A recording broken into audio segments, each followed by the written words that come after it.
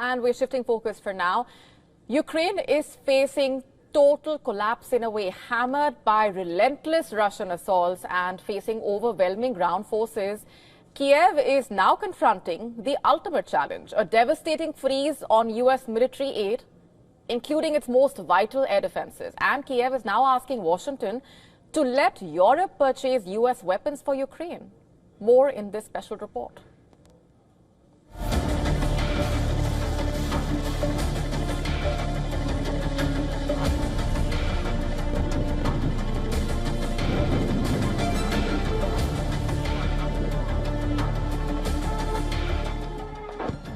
The very foundations of Ukraine's resistance are crumbling under a brutal two-pronged assault. Russian forces, emboldened by a perceived shift in Western resolve, are intensifying their aerial terror campaigns. Radar-evading ballistic missiles, including the dreaded Kinzhals, are smashing into Ukrainian cities with chilling precision, targeting critical infrastructure and civilian areas alike. Luhansk falls after days of punishing bombardment. Sumy and Pokrovsk are under siege, with 111,000 Russian troops massed on one front and another 50,000 poised near the north.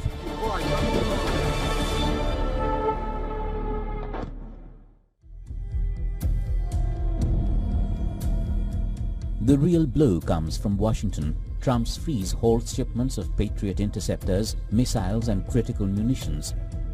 Ukraine's air defense, already stretched to breaking, now faces the prospect of empty launchers and silent batteries.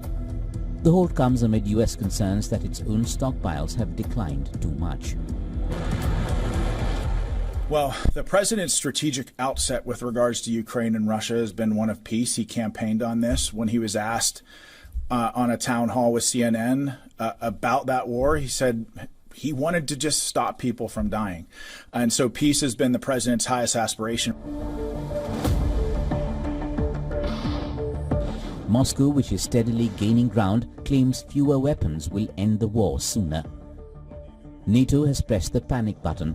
Several European governments are exploring plans to buy American-made weapons from their defense budgets for transfer to Ukraine. The money would count toward a new NATO defense spending number, but there have been no solid commitments yet. But the big question is, will it be too little, too late? Ukraine needs the weapons right now. The Russians know the situation, and in the coming days, the attack is only going to become fiercer. Bureau Report, WION World is One.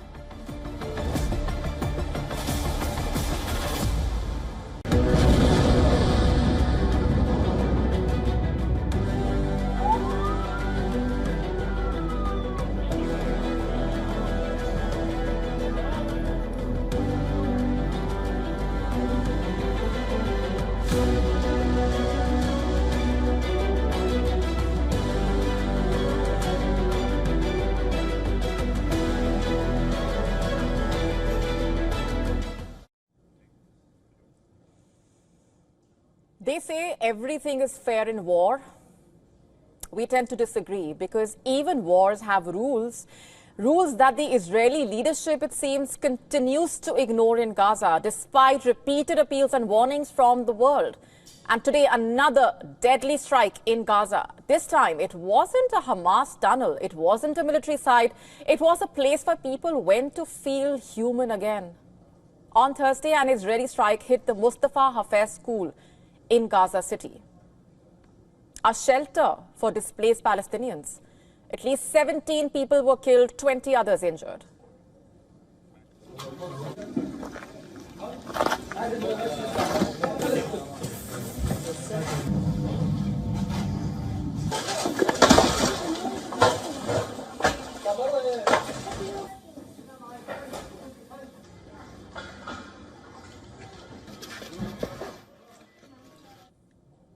And according to health officials at Al-Shifa Hospital, Palestinians were seen combing through the rubble, searching for belongings amid the debris.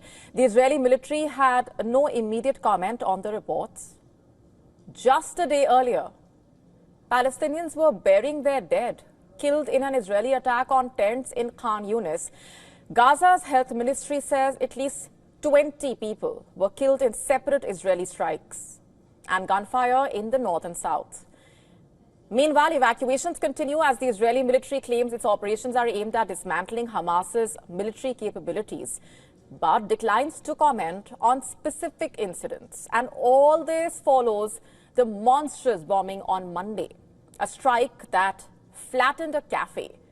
Again, not a military camp, not a Hamas command center, but a cafe. The Al-Baqa Cafe in western Gaza City was a bustling seafront spot frequented by journalists, artists, families, activists, people clinging on to the last remaining shreds of normal life in a way.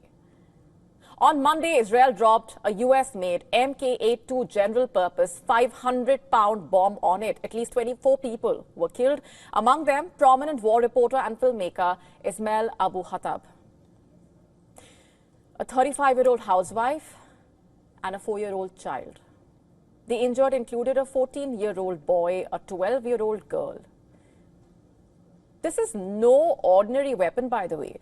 The 500-pound bomb generates a massive blast wave, sending deadly shrapnel across a wide area. And now experts say that this should be investigated as a war crime. They point to the deliberate use of such a large weapon in a crowded cafe. Remember, under international law, the Geneva Convention, attacks causing excessive civilian deaths compared to military advantage are banned, and experts say only targets of very great importance could ever justify the deaths of dozens of civilians. And so the use of such an ammunition on a civilian target is impossible to justify in a way. And as far as Israel is concerned, its military is saying that the strike is under review. They claim that they used aerial surveillance to minimize civilian harm, despite the cafe not being covered by any evacuation warnings. And as for Gaza's war-weary residents, Al-Baqa Cafe was a rare escape. It had survived more than 20 months of bombings. No food but a cup of tea, internet access, and a glimpse of the sea. A place to remember life before war.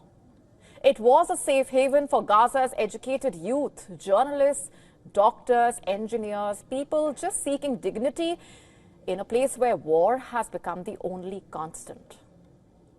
And the strike comes as Hamas says it is studying what the US President Donald Trump called a final ceasefire proposal. Trump claims that Israel agreed to conditions for a 60-day ceasefire, but Israel's Prime Minister Benjamin Netanyahu insists that Hamas will be eliminated. Remember, this war started when Hamas stormed into Israel on October 7 in the year 2023, killing 1,200 people, taking 251 hostages, and since then, Israel's assault on Gaza has killed over 56,000 Palestinians, displaced nearly all of Gaza's 2.3 million people, and created a human catastrophe. And this begs the question, in modern warfare, who really is safe? And when rules of war are broken with such ease, it seems, what really remains of humanity itself?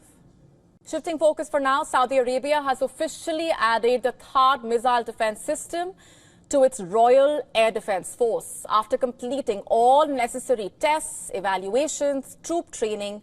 The addition of THAAD reportedly is part of Saudi Arabia's wider push to strengthen its air defense and build a more self-reliant military. The THAAD, or Terminal High Altitude Area Defense, relies on radar and interceptor missiles to shoot down incoming ballistic missiles. It can target threats with ranges up to 200 kilometers. A typical THAAD battery includes 6 truck-mounted launchers, each carrying 8 interceptor missiles, along with a radar unit, a fire control center, and about 95 personnel. Interestingly, these interceptors don't carry warhead. Instead, they destroy enemy missiles by direct impact at high altitudes, making them fast as well as effective. And the kingdom signed a $15 million deal for THAAD in 2017 during US President Donald Trump's first term. The deal included a key condition that parts of the system be produced locally in Saudi Arabia. In May this year, Saudi Arabia successfully completed its first domestically manufactured components of THAAD. And the move reportedly reflects a growing focus on domestic defense production. Saudi Arabia has steadily ramped up local manufacturing in recent years. Back in 2018, just 4% of its defense budget went to local production. And today, that figure has climbed to 19.35%. And Saudi Arabia aims to localize 50% of its military spending by 2030. A key target under its Vision 2030 plan to build a strong, independent defense sector. Moving on for now, it's extremely difficult to describe our next story. It is disturbing, appalling, horrific, heartbreaking, apart from being infuriating, to say the least, and so much more.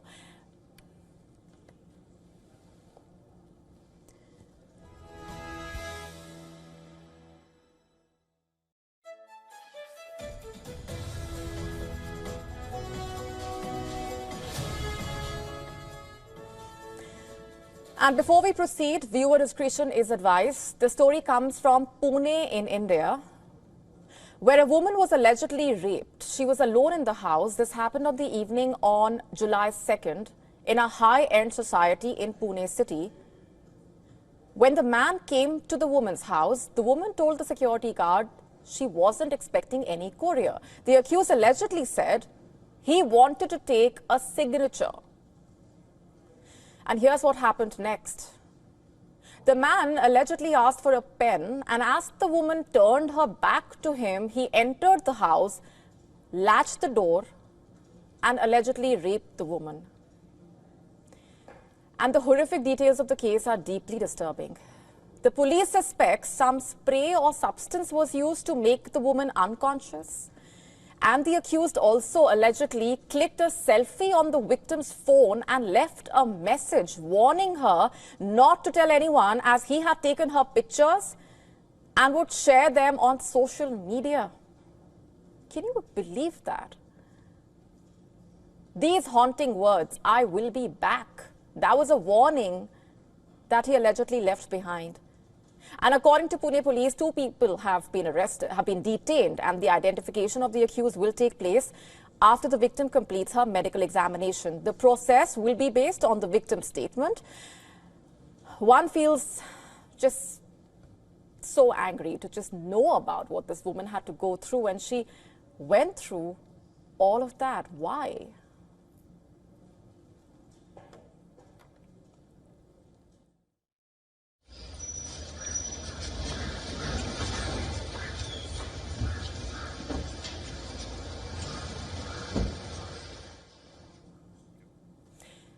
Why should any woman have to go through this monstrosity? What this woman had to go through is so distressing to even talk about.